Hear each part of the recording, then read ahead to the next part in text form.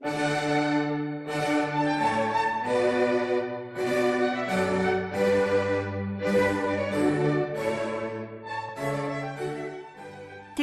방송 한여름밤의 시원한 교리. 대전 가톨릭 평화방송은 수호천사 김동규 미카엘 신부님과 함께하는 9일간의 여정에 여러분을 초대합니다. 한여름밤의 시원한 교리는 김동규 신부님의 책 구원을 향해 다 함께 가는 길 동행을 바탕으로 강의가 진행됩니다. 무더위와 코로나의 어려움을 이기고 성숙한 신앙인으로 나아가는 지혜의 시간이 되시길 바랍니다.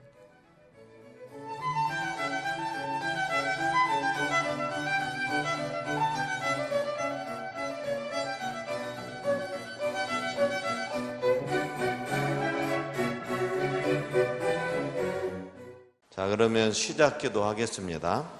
성부와 성자와 성령의 이름으로 아멘. 자, 오늘 우리는 성령의 은사로 더욱 새롭게 살아갈 우리에 대해서 함께 이제 이렇게 배워나갈 겁니다.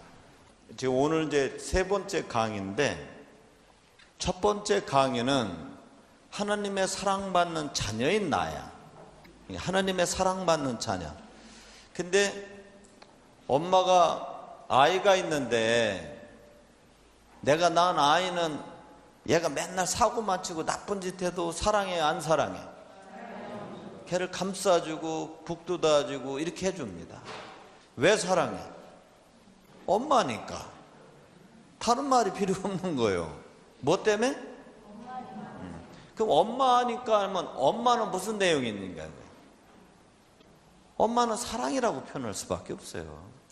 자기를 손해보더라도 자식을 위해서는 자기 생명까지 내놓는 분, 그분을, 그런 뜻을 가진 이름을 엄마라고 그러는 거예요. 아버지는 가정을 위해, 또 아이와 아내를 위해 가정의 버팀목이 되고 힘이 돼주고 방패막이 돼주는 이름을 아버지라고 부르는 거예요. 근데 요새는 아버지 아닌 놈들이 많지. 그지? 자식 새끼를 나가다 파는 사람 있고 앵벌이 시키는 사람 있고 별짓 다 합니다. 그거는 아버지라고 부르지 않고 뭐라고 불러야 돼? 그래서 놈이라고 나오는 얘기가 그런 거예요. 근데 하나님을 사랑해 십니다라고 이렇게 표현하는 거, 하나님은 자비이신 분이라고 그러는 거는 누가 시켜서가 아니라 그분 안에 이미 자비라는 거는 자기를 희생해서 누군가가 힘이 되도록 해주는 걸 말해요. 하나님은 그런 분이시라는 거예요. 그런 분이시기 때문에 아무것도 아닌 나를 어떻게 사랑해 주심으로 인해서, 나를 소중하게 만들어 줌으로 인해서 내가 어떤 자가 돼버려? 사랑받는 자, 가치 있는 자가 되는 거예요. 이건희 씨가 아들 낳아서 이재용이라는 분이 지금 있지만, 만약에 내 아들로 낳았으면 이재용이가 삼성 건을 익었어, 못 건을 익었어? 근데 누구 아들로 낳았어? 이건희 아들로 낳은 이유 하나 가지고 몇 조 원을 얻잖아요. 자기가 벌었어? 그 누구 후광이야? 근데 우리는 누구를 백을 두고 있어? 근데 왜 자랑을 안 해? 이건희 씨보다 더 엄청난 능력을 지니고 이 우주를 창조하신 하나님의 아들이라고 누가 얘기하냐면, 하나님이신 분이 나를 사랑해서 그렇게.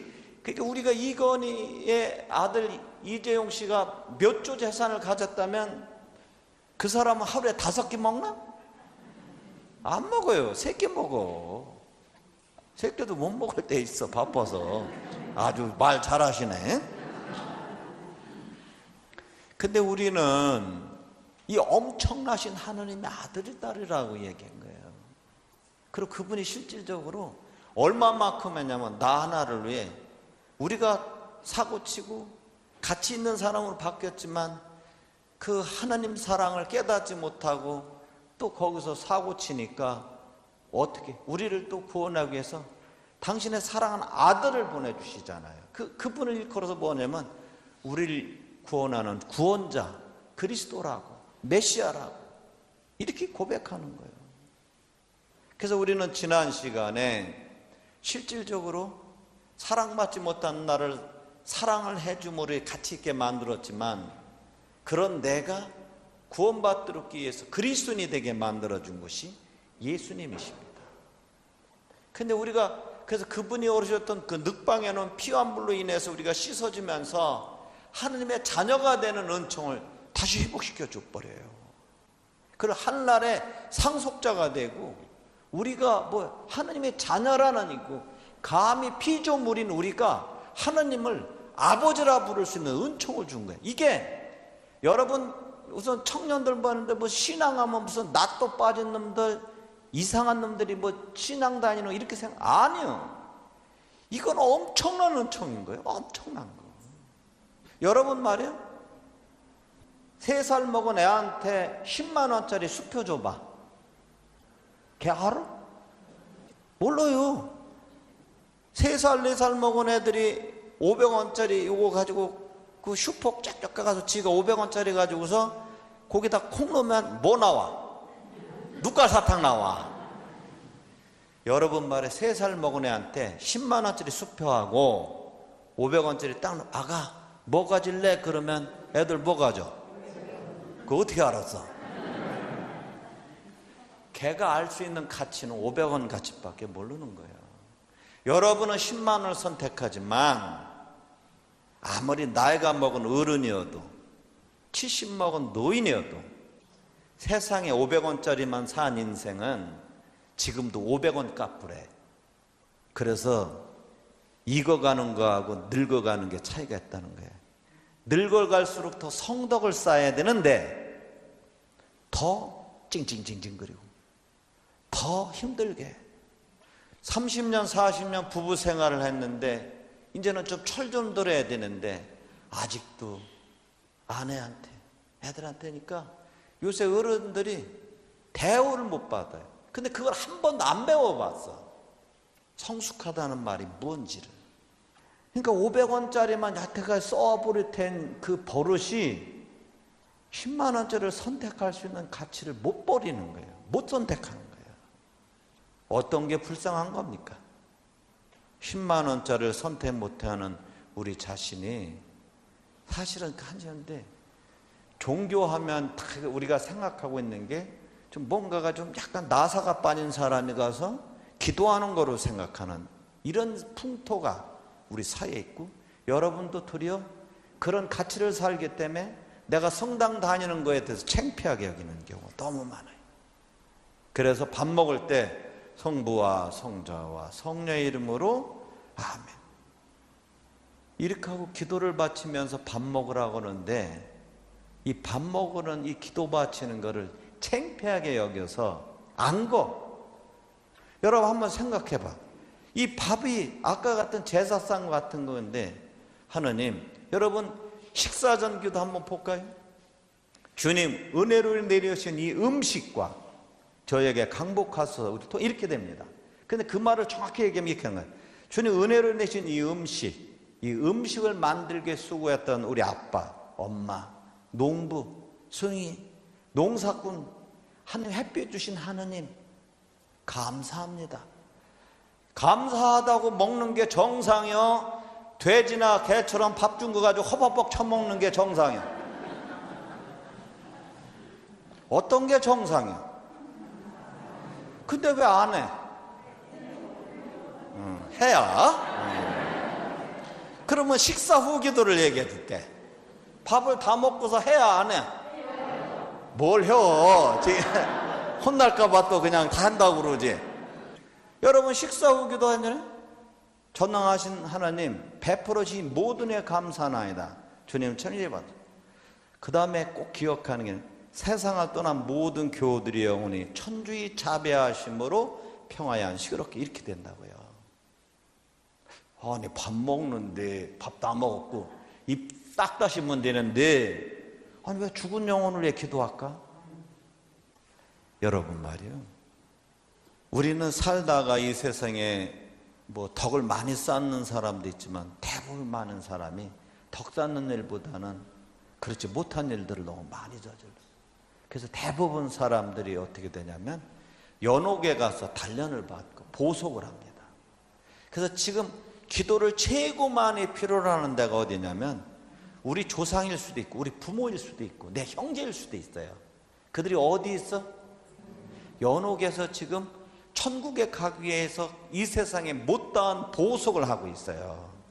그래서 성인들의 통공을 믿으며 죄의 사함과 육신의 부활을 믿으며 영원한 삶을 믿나야 될 때 성인들의 통공을 믿으며 이 통공이라는 기도가 이 말을 말하는 거예요. 산자와 죽은 자의 공로가 통하는 거예요. 그래서 여러분이 지금 죽은 영혼들에게 가장 필요로 하는 게 사실 우리의 공로입니다. 근데 여러분이 매일 밥 먹을 때마다 돌아가신 영혼을 기억해서 기도 한 번 바칠 때마다 그분한테 뭐를 드리는 거예요? 시원한 물 한 잔씩 주는 거하고 같은 거야. 그리고 그분이 하루빨리 천당 갈 수 있는. 그래서 사실은 밥 먹기 전 기도보다도 밥 먹고 나서 바치는 기도가 더 중요해. 그래서 여러분 부모는 하늘과 같다고 그랬지? 근데 부모를 위해서 몇 번이나 기도하냐 이거예요. 식사저 후 기도는 뭐를 말하냐면 나만이 아니라 내 부모만이 아니라 내 할아버지, 이웃들, 누구들 불쌍한 영혼을 바치는 기도이기 때문에 성부와 성자와 성령의 이름으로 하면서 여러분들이 자기 자신을 드러내는 것 알아들으시겠지? 이제 이렇게 드러날 때 우리는 뭐가 돼? 신앙이 되는 거예요. 그래서 우리가 이게 나이를 먹는다는 것, 참다운 신앙이 된다는 것은 우리에게 보이지 않는 가치를 선택하게, 그 보이지 않는 가치는 애는 500원짜리 가지고 넣으면 눈깔 사탕이 나오는데 10만 원짜리 지폐 가지고 거기 아무리 넣으면 눈깔 사탕 안 나와. 그래 안 그래? 그래서 애한테는 뭐가 최고예요? 500원짜리. 하늘나라에는 보아와 같다. 하느님 말씀은 이런 생명 은총이다라고 말하는 것은 보이지 않는 가치를 찾는 것과 똑같습니다. 그러니까 여러분한테 지금 우리가 신앙생활은 계속 이렇게 채워주는 이유는 10만 원의 가치가 단지 이게 종이 조각이 아니라, 알았지? 종이 조각이 아니라 이게 진짜 수표다라는 걸 가르쳐 줘야 된다는 거예요. 그럴 때 우리는 그 사람의 삶이 바뀝니다. 예수님은 우리들에게 뭐를 가르쳐 주냐면 당신이 십자가에 못 박혀 돌아가심으로 인해서 우리가 바로 참다운 신앙이 뭔지, 영원한 생명으로 갈 수 있는 길이 뭔지를 가르쳐요. 그래서 지난 시간은 뭐를 배웠냐면 우리를 구원할 이름을 가진 그분이 누군지, 왜 그분은 정말 우리에게 영원한 생명을 주시는 분이라고 했는지 이거에 대해서 이렇게 쭉 배워왔던 거예요.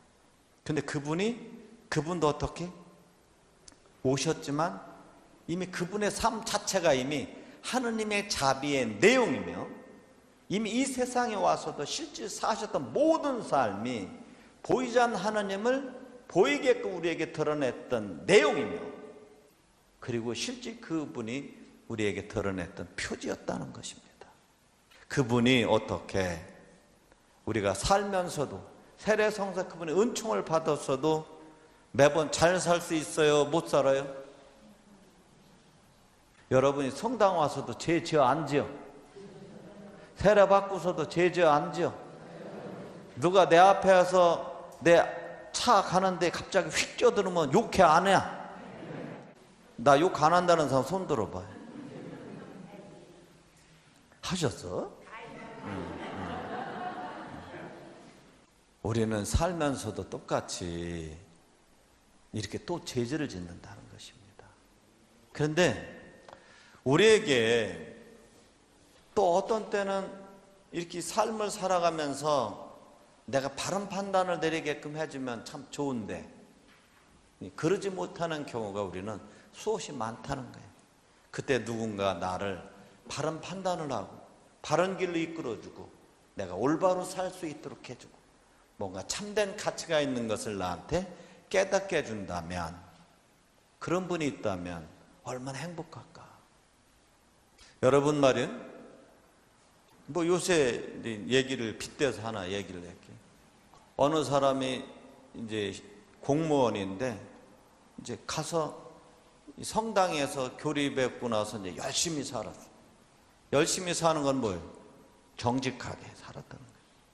근데 사회 사람들이 다 이제 정직하지 않으면 내가 유혹에 휘둘리겠어? 안 휘둘리겠어? 내가 건축에 토목기사인데 건축에 이제 이거를 허가를 내주는 사람이면 내가 건축을 빨리 허가를 맡고 싶은 사람은 나한테 오겠지. 그러면 아유 김 주사님 이거 허락 좀 내주셔. 그러면 허락을 한 달에 내주려고 이 서류성을 꾸며야 되는데 이게 한 달에 안 나오면 그 다음에 어떻게 해? 뭐 들고 가야지. 응? 안 내주면 뭐 해야 되는 거요? 예, 메모를 원하는 거야. 그분 이렇게 쿡 처음에 받을 때는 이 받을 때 손이 떨리겠어 안 떨리겠어? 해본 것 같은데 응? 손이 떨리지. 근데 이걸 자꾸 받아버리면 어떻게 돼요? 안 주면 서운하다 그럽니다. 근데 처음에는 자기만 그러는 줄 알았더니 이제 그 선배가 그래. 야 그거 저기 저 사장님 거 해줘야 돼. 안 해주면 아유 아니 안 되면 원리원칙도 해야 됩니다. 그러면 그 과장이 뭐라고 해? 이 사람 보고 너는 융통성도 없냐? 그렇지? 그래서 누가 물들여? 선배가 물들이는 거예요. 그럼 선배는 많이 먹었겠어 안 먹었겠어? 그러면 그 건축하는 사람이 나한테 찔러주고 선배한테 찔러주겠어 안 찔러주겠어? 그러다 걸린 게 요새 LH요. 응? 그래서 걸린 게 LH요. 자, 이렇게 걸리고 나면 괜히 했다 생각이 들어? 잘했다 생각이 들어? 그리고 지우고 싶지. 근데 처음에는 너는 일처를 어디 그따위 하냐? 너 융통성 없냐? 이게 듣기 싫어서 먹다 보니까 맛있거든? 근데 자기도 모르게 이렇게 습관이 돼버리면 이게 안 터질 줄 알았지? 안 터질 줄 알았죠? 그렇지. 언젠가 터지는데 지금 이 일들이 우리 사이에 지금 그냥 통념처럼 돼 있다는 거예요. 근데 이 사람들은 다 뭐를 원하는 거예요? 빵을 원하는 게 빵. 여러분, 예수님이 세상에 이제 광야에 유혹받을 때 마귀가 와서 유혹합니다. 내가 이 세상의 부귀영화를 너한테 주겠다. 나한테 절해라. 이렇게 얘기합니다. 그 절하는 말이 무슨 뜻일까? 대충 콩고물 먹으라는 뜻입니다. 타협하라는 뜻이야. 야, 남들도 대충대충 사니? 너도 대충대충 살아. 이런 뜻이야. 원래 그 말이. 근데 거기서 예수님이 먹었으면 예수님도 걸렸겠어? 안 걸렸겠어? 그래서 그때 예수님 말씀하시는 거예요. 처음엔 빵도 그것 뜻이에요. 빵. 사람이 빵으로만 사는 게 아니라 말씀으로 살아야 된다는 거. 오로지 절해야 될 거는 진리이신 하나님한테만 그분을 흠숭하라.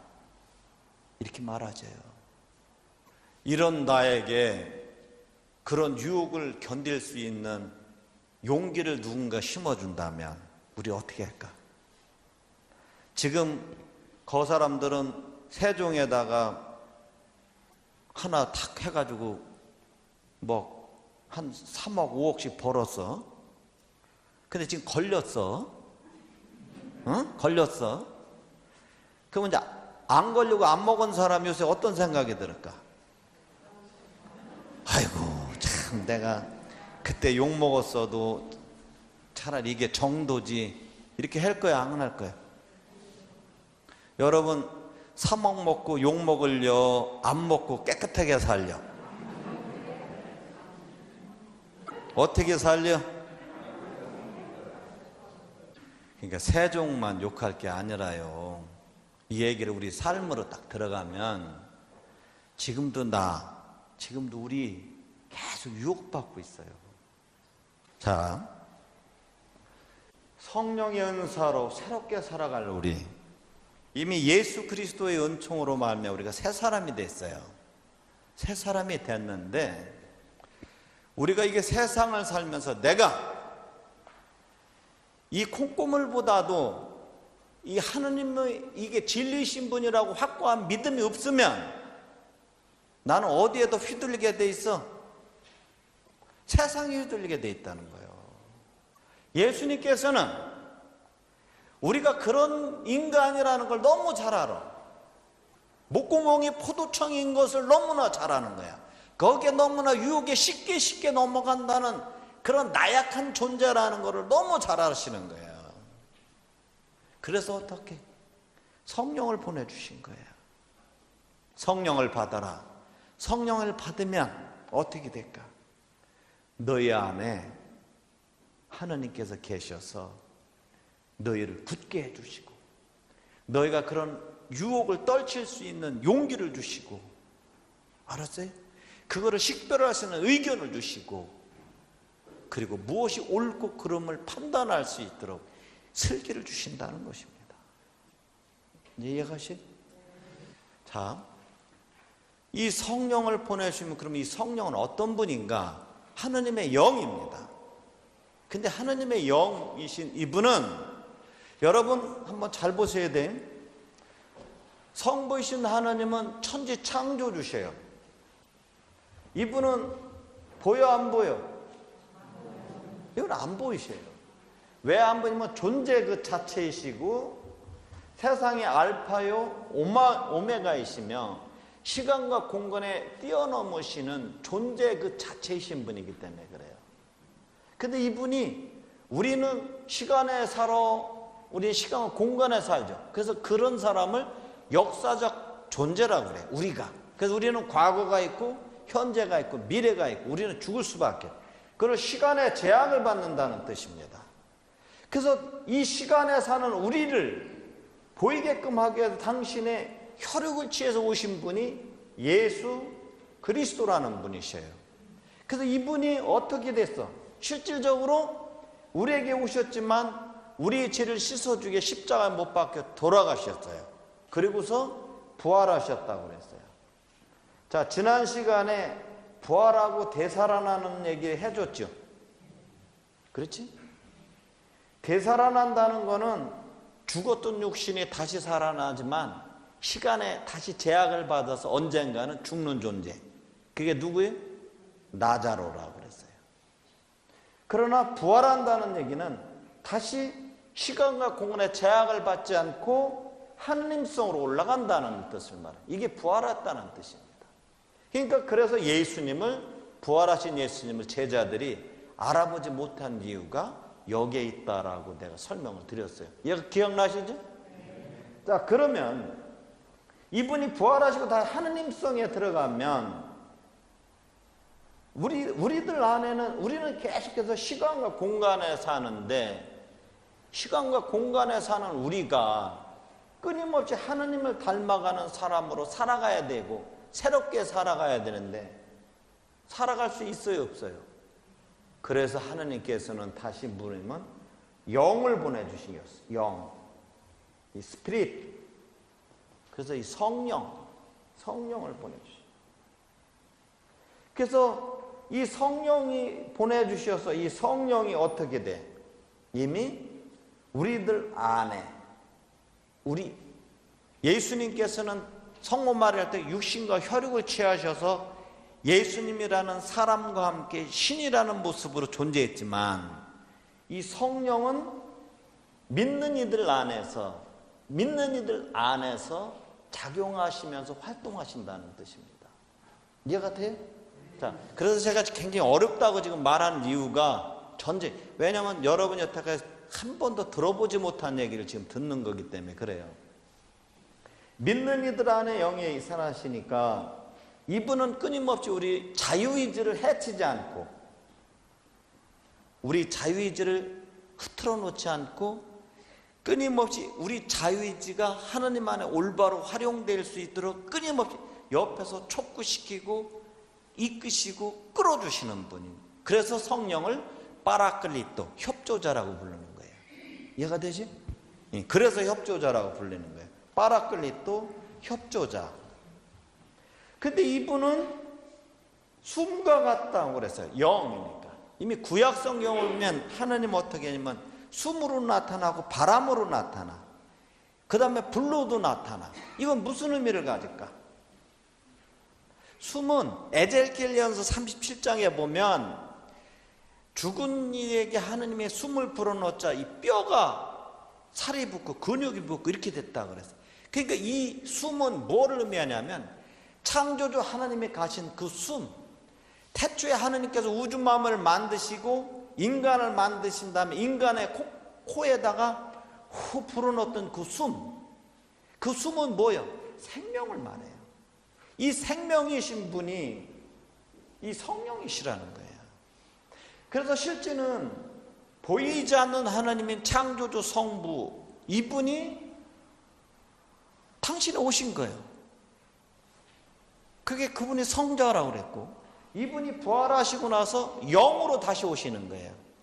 그러니까 성령 안에 이미 성부 성자가 계시고, 창조주 우주 만물을 창조할 때 이미 성부 성령이 함께 계셨다 얘기를 고백하는 내용, 이 얘기. 이 말 어렵죠? 그래서 지난 시간에 에볼라가 뭐로 바뀐다고 그랬어요? 나비인데 번데기 과정을 거치죠. 그러면 에볼레 있고 번데기 있고 나비는 다른 거요, 하나요? 근데 왜 셋으로 불러? 나비에 번데기하고 에볼라가 있어요, 없어요? 있다고 하기도 어렵고 없다고 하기도 어렵고. 응? 나비 안에 번데기 에볼라가 있어, 없어? 없지. 질문을 잘 들어야 된단 말이에요.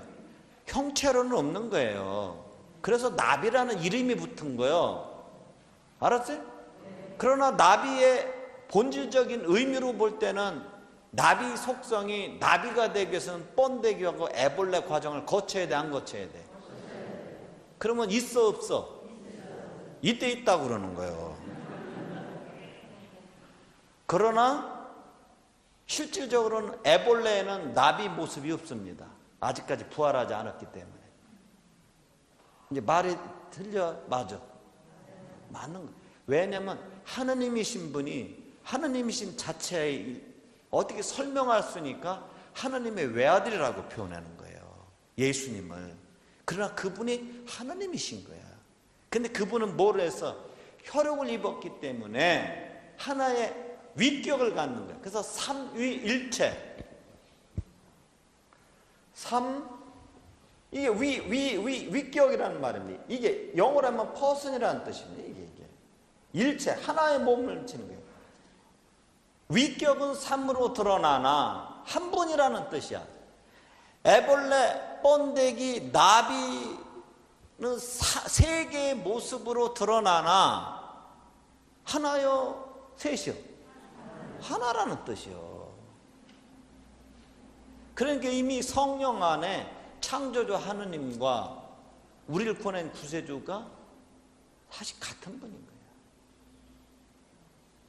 그래서 이게 성부, 성자, 성령 이 셋의 하느님이 한 분의 하나님이시라는 게 가톨릭 교리의 핵심이라고 말하는 이유는 신성 안에 본성을 가르쳤고 그분이 서로를 사랑해 주는 내용이 자비의 하나님이라는 뜻입니다. 왜 그러냐면 하나님은 당신 아들 이 세상에 보내주셔서 우리를 위해서 돌아게 해주게 한 그 자체가 이미 하나님의 사랑의 내용이라는 거예요.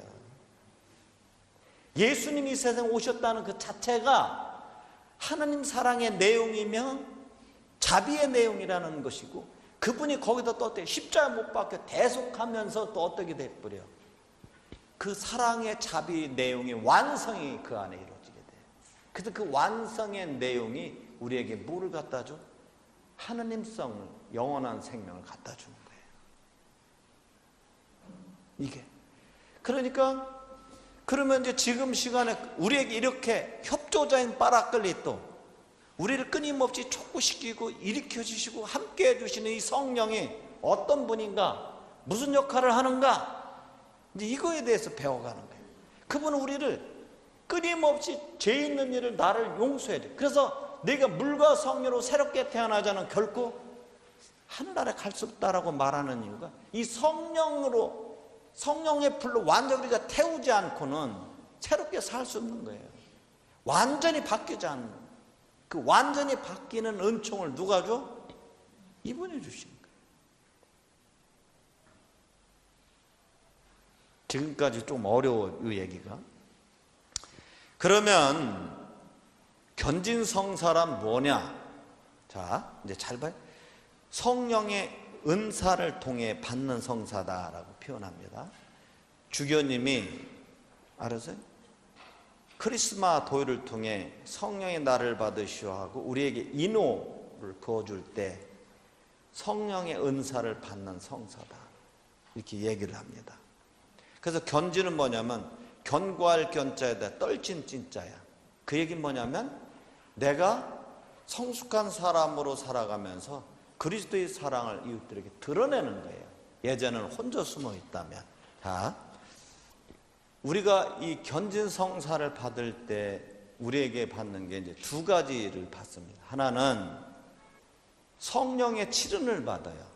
성령 칠은. 그리고 또 하나는 9가지 성령의 특은을 받습니다. 이게 다 성령은 어떻게 우리에게 이끌어 주시냐면 나 개인을 위해서 당신이 닮은 거룩한 사람을 만들기 위해서 슬기, 통단, 의견, 지식, 그 다음에 굳셈, 용기, 효경, 외경, 두려움, 이렇게 7가지 은사를 줍니다. 책에 다 써 있어요. 그거 보셔도 돼. 이 7가지 은사를 통해서 나 하나를 어떻게 하나님의 닮은 사람으로 가고, 아까 얘기한 대로 그런 유혹을 나를 떨칠 수 있도록 용기 은사를 줘, 굳셈의 은사를 줘, 이게 악인지 아닌지 식별할 수 있는 슬기 은사를 줘, 통달을, 구원에 필요한 악과 아닌 것을 해서 무엇이 도움이 되는지를 깨달을 수 있도록 해줘, 진리가 뭔지를 깨달을 수 있도록 우리에게 일깨움을 줘. 그래서 이 성령은 어떻게 하냐면 나 안에서 내가 알게 모르게 끊임없이 나를 하느님의 거룩한 사람으로 나를 만들 수 있도록 계속 촉구시킵니다. 이게 성령의 7가지 은사라면 성령의 9가지 특별한 은사는 뭐를 할까? 자, 이거는 믿는 이들을 통해 믿는 이들 안에서 서로들에게 도움이 될 수 있도록 공동체에 내려주는 9가지 특별한 은사입니다. 이제 이해가 돼? 그래서 성령 특은을 받으시오, 이렇게 하는 건 뭐냐면 이미 우리들에게 개인적으로 내가 끊임없이 하느님의 거룩한 사람으로 나아갈 수 있도록 나를 촉구시켜 주기도 하지만 나와 너를 통해 우리 교회 안에 영혼의 등불로 우리를 끊임없이 양육시키고 키우고 배우게 만들어. 그래서 내한테 은사를 주는 건 너만 잘 살게 해주는 게 아니라 너를 통해 하나님의 사랑이, 하나님의 은총이 끊임없이 이웃들에게 나눠줄 수 있도록 그 은사도 주신다는 거예요. 그러니까 개인적으로 혼자서 쓰고 와가지고 미사만 뽑고만 하는 사람들은 은사를 제대로 받은 거예요, 안 받은 거예요? 그거는 이 삑살이 나는 은사야. 응? 그런 사람들은 뭘 하게 돼? 신앙을 잘못 배워버린 거예요. 카톨릭이라는 말 자체가 보편교회라는 말이지만 공동구원이래. 하나님은 지난번 안상계 신부님이 오셔서 주일날 그때 강론 한번 하셨죠? 응? 우리 그때 뭐라고? 하나님은 개인으로는 천국에 절대 안 보내고 어떻게? 단체로 와야 입장시킨다고 그랬지? 이 말이 무슨 말이야? 공동구원이란 뜻. 아무리가 개인적으로 잘 살면 개인적으로 잘 사는 것이 내가 너희에게 내 생명을 내어줬듯 그 사랑이 네가 이웃들에게 빛과 성으로 내주지 않는 한 그 사랑은 너 안에 머무르는 것은 아무 의미 없다는 뜻입니다. 그래서 카톨릭은 이미 하느님 사랑을 아는 사람은 어떻게 남편이 미워도 남편을 위해 자기를 여는 거야. 열려면 어떻게 돼? 막 싫은데 그래도 여는 거예요. 서로들 화해하기 싫은데 미안하다고 화해하는 거예요. 이게 누가를 촉구시켜줘? 양심 안에 성령이에요. 그래서 어떻게? 끊임없이 이 안에 거룩함이 나올 수 있도록 우리를 만들어가는 거예요. 그래서 정확히 얘기하면 부부지간의 구원은 있잖아. 나의 십자가는 먼 데 있는 게 아니라 배우자라는 거예요. 배우자가 왜? 왼수 덩어리라. 여러분, 제가 배우자가 왼수라고 하는 거는 여러분이 가장 가까운 사람들하고 싸우고 부딪혀, 미국에 있는 사람하고 부딪혀, 가장 사랑하는 사람하고 부딪히는 거예요. 알았어요?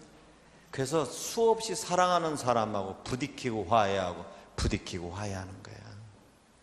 그래서 왼수라고 표현하는 거예요.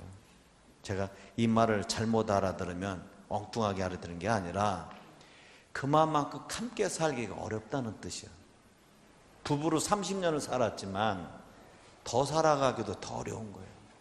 노력하지 않으면. 그래서 배우자는 뭐예요? 나를 구원케 해주는 십자가의 길을 하고 이렇게 표현하는 얘기예요. 그 말 때문에 제가 짐이라고 왼수라고 이렇게 표현하는 겁니다. 알았어요? 짐, 왼수라는 말은 이렇게 알아들어야 된다는 뜻이에요. 자, 우리가 신앙 안에서 이렇게 살아가는 삶 자체가 용서하고 베풀고 그럼에도 불구하고 나를 이렇게 촉구시켜. 그래서 성령의 특권은 우리에게 크게 세 가지로 나타납니다. 하나는 말씀의 은사로, 두 번째는 이적의 은사로, 이적, 기적, 이적, 세 번째는 영의 은사로 우리에게 나타납니다. 그래서 말씀의 은사는 우리에게 뭐냐면 지혜 말씀의 은사와 지식 말씀의 은사로 드러나요. 이 두 가지로. 근데 이거는 어떻게 될까? 하느님 나라와 하느님 말씀을 잘 깨달아서 이웃들에게 잘 전해줄 수 있도록 우리에게 촉구시켜요. 그러니까 결국 이건 어떻게? 아까 성령이 치르는 나 개인을 위한 거라면 이 은사를 받는 건 어떻게? 말씀의 은사를 받은 사람은 하느님의 말씀을 이웃들에게 잘 전해야 안 전해? 전한다는 거예요. 근데 자기 얘기가 아니라 누구의 말씀으로? 하나님의 말씀, 복음을 전하는 사람으로 바뀐다는 거예요.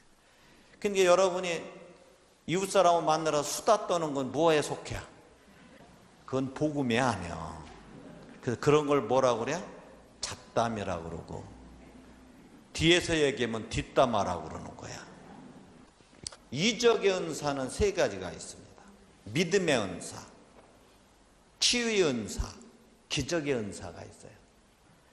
믿음의 은사, 기적의 얘기는 뭐냐면 하나님 나라와 복음을 우리가 잘 알아들 수 있도록 표적을 통해서 깨우쳐 주는 거예요.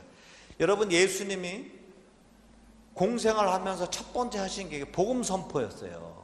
그리고 하나님 나라 선포였다고요. 근데 하나님 나라는 보여 안 보여? 그러니까 그 하나를 알아들 수 있도록 그분이 그 다음에 그걸 뒷받침해 줬던 게 뭐냐면 죽은 이를 살리고 이 문둥병자를 낫게 하는 거야. 알아두시겠어요? 그러니까 예수님은 기적을 위해 기적을 행하지 않으셨어요. 꼭 그 기적은 뭐를 알아듣게끔 하기 위해? 하늘나라를 알아듣게끔 하기 위해. 이해가 되셨죠? 그 다음에 영의 은사는 뭘까? 영의 은사는 예언의 은사, 그 다음에 하느님의 말씀을 전하는 은사, 그 다음에 방언의 은사, 또 방언의 한 거를 식별하는 은사에게 네 가지를 우리에게 줘요. 이거는 뭐냐면 하느님의 메시지를 잘 식별해서 우리가 잘 깨닫도록 해주는 은사입니다. 그러니까 저 사람의 말이 겉으로도 진실이구나라는 걸 깨닫는 거. 저 사람만은 잡담이구나. 아무리만 해도 내용에 진실성이 없는 거예요. 그게 신용이 안 가. 그런데 우리 공동체 유익이 되는 말은 뭘까? 뒷담하는 말일까? 서로를 챙겨주고 힘주는 말일까? 서로 챙겨주고 힘주는 말이에요. 우리에게 이렇게 하게 하는 거는 그 공동체가 끊임없이 하느님 생명 안에서 드러날 수 있도록 우리를 이끌어주는 거예요. 이해가 되시? 이렇게 성령의 은사를 개인으로 혹은 공동체의 선익을 위해서 이렇게 베풀어진 9가지 특권을 주면 그 사람은 갈라디아 5장 22~23절처럼 성령의 열매를 맺는다는 것입니다. 그래서 하느님과의 관계 안에서 이렇게 하는 게 사랑이 오는 거예요. 기쁨과 평화와. 그래서 이 평화는 언제? 고통 중에서도 재산이 없는 가운데에서도 참 평화와 행복이 오는 거예요. 이렇게 사는 사람. 예를 들어서 내가 조금 안다고 해서 아까 용기를 갖고 누가 나를 정보 가르쳐 달라는 건 안 된다고 딱 했던 사람에게 뭐가 올까? 요새 LH 사건 뭐 감사 나온다면 이 사람의 평화 오겠어, 숨으려고 하겠어, 뭐 하겠어? 평화 오는 거죠. 근데 만약에 지금 감사가 와서 그렇게 못 사는 사람은 평화 오겠어, 안 오겠어? 근데 재산은 한 10억씩 늘었어. 근데 10억씩 늘은다고 해서 이 사람 행복할까, 안 행복할까? 행복하지 않는다는 것입니다. 그래서 성령의 은사들은 뭐가 진실인지 아닌지, 우리가 뭐가 참된 삶인지 아닌지를 식별하게 해주고 구분케 해주고, 내가 그렇게 할 수 없는 사람에게는 용기를 북돋아주고 힘을 주면서 거룩한 것과 거룩하지 않은 것을 가리는 거예요. 그래서 효경, 그리고 하나님과 연결되어 있는 걸 다 어떻게 두려워하고 공경하게 하는 거예요. 그 외경이에요. 그래서 하나님 것을 두려워하고 외경이라는 말은 막 힘센 사람 앞에서 이렇게 구부리는 건 뭐예요? 그건 굴종이라고 그래요. 근데 너무나 그분에게 공경하고 참 이렇게 하는 사람은 어떻게? 자연히 고개가 숙이죠. 이런 표현을 뭐라고 그래? 외경이라고 그래. 외경. 이해가 돼? 그래서 성령의 은사는 이렇게 하느님과의 나와의 관계에 있을 때 이 은사를 통해 맺어지는 열매가 사랑과 기쁨과 평화라면, 이웃과의 관계는 맺어지는 열매는 뭘까? 인내, 호의, 선이에요. 호의, 선이. 인내, 호의, 서의. 그래서 인내는 참는 거죠. 호의는 뭐요? 베푸는 거야. 선의는 착한 행동이에요. 선행이야, 선행. 이제 제가 이게 교회 용어라 그냥 쓴 거예요. 선의는 선행. 그 다음에 나 자신에게는 이렇게 지키면 어떤 열매가 맺어질까? 성실, 참됨이야. 그 다음에 온유, 온화함, 그 다음에 절제. 쉽게 얘기하면 금방 화내지 않고 참을 줄 알아. 여러분 누구한테서 참지 못하고 확 화배 떴다가 후회하는 경우가 많죠. 에이, 괜히 했네. 내가 참을 걸. 우리가 가끔은 왜 인내해야 되냐면 역지사지라는 말 아세요? 상대방의 입장에 돌아서서 우리가 생각해 보지 않으면 내가 보는 거는 허상일 수 있는 이유가 너무 많아. 그래서 참는 거는 가끔 내가 성질 나서 뭐 할 수 있는 것 같지만 실질적인 삶 안에서 나에게 뭐를 갖다 줘? 우리에게 더 큰 은총을 갖다 주는 거예요. 인내한다는 얘기는 불의에 참는다는 뜻이 아니야. 알아들으시겠어요? 그거는 자비 마음이 가지고 있는 내용이 그 안에 있는 것입니다. 그래서 이렇게 성령은 우리에게 끊임없이 9가지 열매를 맺게 해주셔요. 자, 이렇게 성령의 은사를 받는 사람은 어떻게 살까? 새롭게 산다는 것입니다. 오늘 우리가 함께 이렇게 좀 봐할 얘기가 뭐를 하게 되면 루카복음 10장 25절부터 37절까지 말씀입니다. 가장 큰 계명과 함께 착한 사마리아 사람 비유에 대한 얘기예요. 어떤 율법 교사가 예수님께 이제 시험하려고 그렇게 했어요. 선생님, 제가 영원한 삶을 얻기 위해서 무엇을 해야 됩니까? 너 성경에 뭐라고 써 있느냐? 성경에 하나님을 사랑하고 이웃을 사랑하라 했습니다. 옳은 대답이다. 그렇게 살아라. 이렇게 말했어. 그러니까 예수님한테 유명한 분한테 칭찬받으니까 기분이 더 좋았어, 안 좋았어? 그러니까 너무 좋아서 선생님들, 선생님, 그러면 성경에 내 이웃을 내 몸과 사는데 그럼 내 이웃이 누굽니까? 그런 거야. 내 이웃이 누굽니까? 이렇게 물었어요. 그러니까 예수님이 그를 가만히 쳐다보더니 착한 사마리아 사람 비유를 얘기해 주는 거예요. 어느 사람이 예루살렘에서 예리고로 내려가다가 강도들을 만났다. 그래서 옷도 뺏기고 초조조금 얻어맞았다. 그리고는 훔치고서 달아나고 이 사람을 반쯤 죽여놓고 거기에 떠나갔다. 근데 그 자리에 사제가 지나갔다. 근데 그를 보고 돌아서서 갔다. 레인도 지나갔다. 그도 보고 돌아서서 갔다. 그때 어떤 여행하는 사마리아 사람이 그 길을 보고 돌아가려다가 가엾은 마음이 들어서 그 사람한테 가서 기름과 포도주를 붓고 상처를 보듬어 준 다음 자기 나귀에 태워서 예르고로 갔다.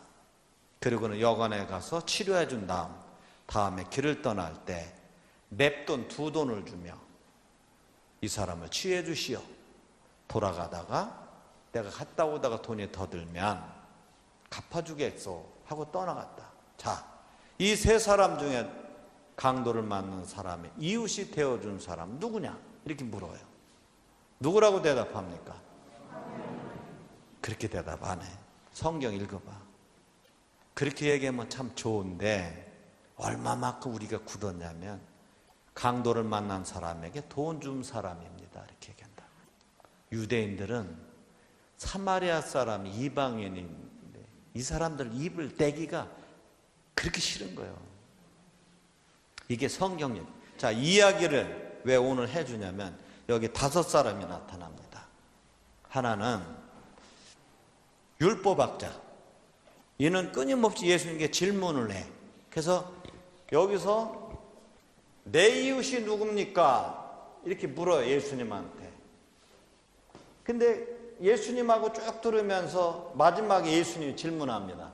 옳은 말이다. 그렇게 해라. 그렇게 살면 너도 구원을 받을 거다. 마지막에 딱 가서 얘기합니다. 강도를 만난 사람이 이웃이 되어준 사람이 누구냐 이렇게 얘기해요. 여기서 뭐가 바뀌어? 내가 초점이 아니라 너의 초점이 있어요. 쉽게 얘기하면 이 사람이 강도의 이웃이 되어준 사람이 누구냐고 물어. 율법학자는 내 이웃이 누굽니까 하고 물었는데 예수님은 강도 이웃이 되어준 사람이 누구냐고 묻는다고요. 이해가 돼? 이해가 안 됐어 지금 보니까. 자, 여러분한테 이제 설명을 드릴게요.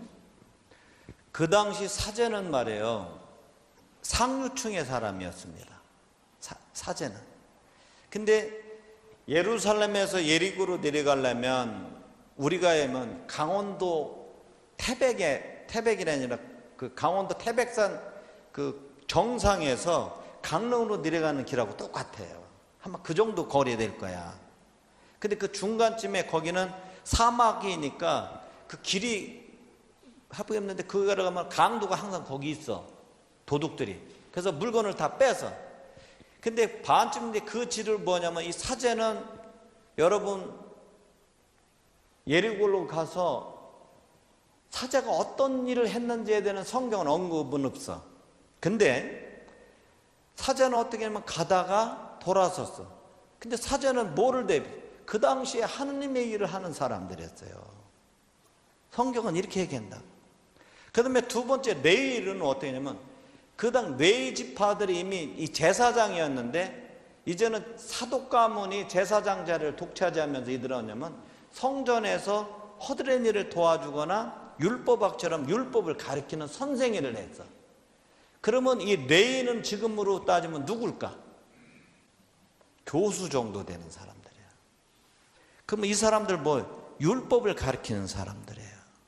근데 지나가서 사마리아 사람은 어떤 사람이야? 지금으로 따지면 북이스라엘 사람들인데 아시리아가 북이스라엘 멸망시키면서 이들을 혼혈을 시킵니다. 아시리아 페르시아 사람들을 들여다가 혼혈을 시켜. 지금 우리로 따지면 동두천에서 여기 미군들이 나와가지고 낳았던 깜둥이 우리 아이들하고 같아. 우리 무시해 안 무시해? 무시해야지. 이 사람들이 사마리아 사람들이, 유대인들이 굉장히 무시해. 근데 오늘 예수님이 그 사람을 거기 위에다 올려놓고요, 이 사람이 지나갔는데 이 사람은 같은 사마리아 사람은 유대인을 거들떠도 안 봐. 근데 여행을 가는 날에는 자기도 바쁜데 여러분 한번 생각해. 이 사람이 어떻게 되냐면 이 사람도 똑같이 지나가다가 가엾은 마음에 들어서 이 사람을 이렇게 생깁니다. 여러분 말이요, 여기 사마리아 이 강도를 만난 데서 저까지 가면 그게 사막성이야. 여러분 자기도 힘들어서 낙에 타고 가야 되는데 이거 반쯤 죽은 사람 잠깐 치료해 주는 것도 괜찮아. 이 사람 어디 있다 올려나? 자기가 타야 될 자리에 올려나. 그리고 그 사람을 데리고서 떨어지지 않도록 예리고까지 가는 거는 자그마치 거기 한 8km 돼. 8km 더 돼. 거의 한 8km가 뭐예요? 그 참 더 돼. 제가 정확히는. 그러면 막 땀이 엄청이 나. 가면서 후회했겠어 안 했겠어? 똥 밟았네. 괜히 했네. 저 남들처럼 대충 갈걸. 그런 마음 들어 안 들어? 근데 이 사람은 성경에 그 표현 하나 없어. 그러고 가서 어떻게? 여관에다 내려놓습니다. 여관에서 다 돌봐줘. 여관 주인들은 약삭발로 안 쌀러. 이 사람이 도망가면 이거 괜히 했다가 지 손해보지. 그러니까 이 사마리아 사람은 어떻게 되냐면 냅돈 두 개라면 냅돈 하나가 하루 노동자 품삯이면 지금보다 15만 원 되면 30만 원을 줘. 이 사람은 얻어맞은 거라 큰 병은 아니지만 치료해주러 다 치료비 주고 내일까지도 치료하고 모레까지도 치료할 비를 다 주면서도 또 이런 얘기까지 합니다. 가다가 더 들으면 주겠다고. 이 사람은 어떻게 돼? 끝까지 돌봐준 거예요. 여러분한테 한번 물어보고 이 사람은 내 이웃이 누굽니까? 라고 물었냐면 나한테 잘해주는 사람한테만 하는 거예요. 이런 사람은 어떻게? 나한테 잘해주지 않으면 저건 내 이웃이 아니야. 자, 하나 물어볼게요. 여기 강도를 만난 사람이 누군지는 어떤 언급도 없습니다. 알았지? 강도를 만난 사람이 어떤 사람인지 언급이 없어. 근데 만약에 저 쓰러진 사람이 시장이라면, 이 사람이 시장이라면 이 사제나 레이나 그냥 모른 척하고 갔을까 아는 척 했을까?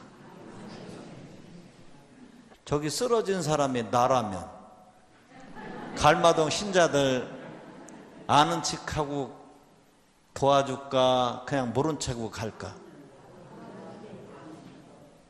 자, 이 말은 근데 성경은 쓰러진 사람이 거지인지 재산이 많은지 그 사람의 지위가 높은지 어떤 언급이 없습니다. 이 말은 뭐를 말해요? 네가 누구를 도와줄 때 차별 두지 말라는 뜻이에요. 네가 좋아하는 사람만 네가 도와준다면 네가 상 받을 일이 뭐냐? 그런 건 세상 사람이 하는 거다. 성령을 받은 사람은 알았어요? 하느님 사랑을 받았기 때문에 그 사랑으로 하는 거예요. 이게 굳셈의 은사입니다. 차별 두지 않는 거예요. 그래서 굉장히 중요한 질문하는 거예요. 저 사람이 거지든 가난한 사람이든 그 사람이 아니라 그 어떤 그게 아니라 지금 너희의 도움을 필요로 하느니다라는 거예요. 그래서 강도를 만난 사람, 누군가 절실히 필요한 이 사람에 너희가 이웃이 되어줘 봐라는 거예요. 이해가 되시죠? 영광이 성부와 성자와 성령께, 성부와 성자와 성령의 이름으로.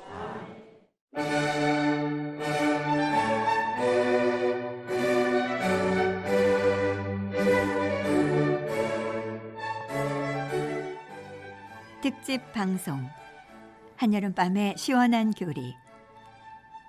여러분께서는 대전 가톨릭 평화방송이 마련한 수호천사 김동규 미카엘 신부님과 함께하는 한여름밤의 시원한 교리를 함께하셨습니다.